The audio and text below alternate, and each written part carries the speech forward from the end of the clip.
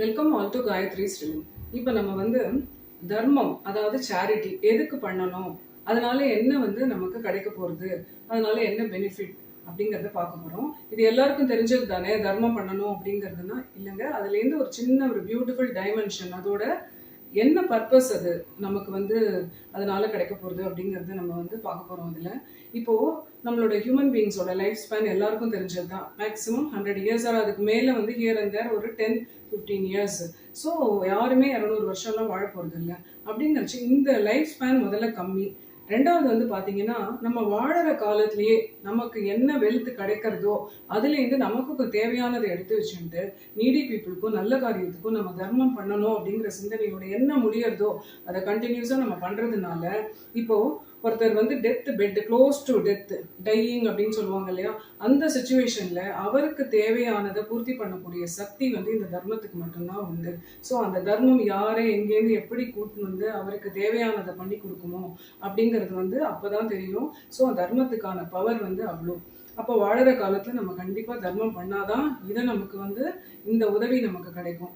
ரெண்டாவது பாத்தீங்கன்னா, ஒரு சில பேர் சின்ன வயசுலேயே அந்த தர்மம் பண்ணுற டெண்டன்சி அவங்களுக்கு நிறைய இருக்கும். சேரிட்டி, ஹெல்பிங் டெண்டன்சிலாம் அவங்களுக்கு ஆஃப்டர் லைஃப் பார்த்தீங்கன்னா ஒரு ஹோலி வேர்ல்டில் கண்டிப்பாக அவங்களுக்கு இடம் உண்டு.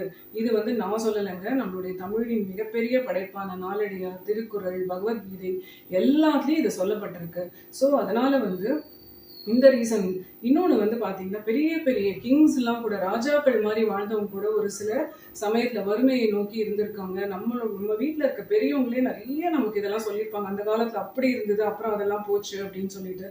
ஸோ இதை மாதிரி வெல்த் வரும் போகும், செல்வம் நிலையாமை, வெல்த் இஸ் இம்பர்மனன்ட். ஆனால் இந்த தர்மம் தான் நிலையானது. அதனால அது வரச்சே நம்ம செல்வம் நம்ம கிட்ட இருக்கச்சே அப்பப்போ என்ன பண்ண முடியுமோ, எவ்வளோ பண்ண முடியுமோ நம்ம பண்றது ரொம்ப நல்லது. இன்னொன்று முக்கியமானது என்னன்னா, அருள் உலகம், அதாவது அந்த ஹையர் செல்ஃபோட கிரேஸ்.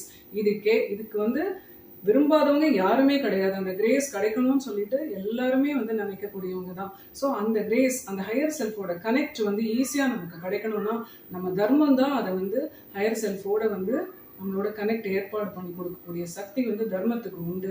ஸோ அந்த கிரேஸ், ஹையர் செல்ஃப், அந்த மிகப்பெரிய சக்தியோட கிரேஸ் நமக்கு கிடைக்கணும்னா கண்டிப்பாக நம்ம தர்மம் பண்ணுற அந்த குவாலிட்டியை வளர்த்துக்கணும்.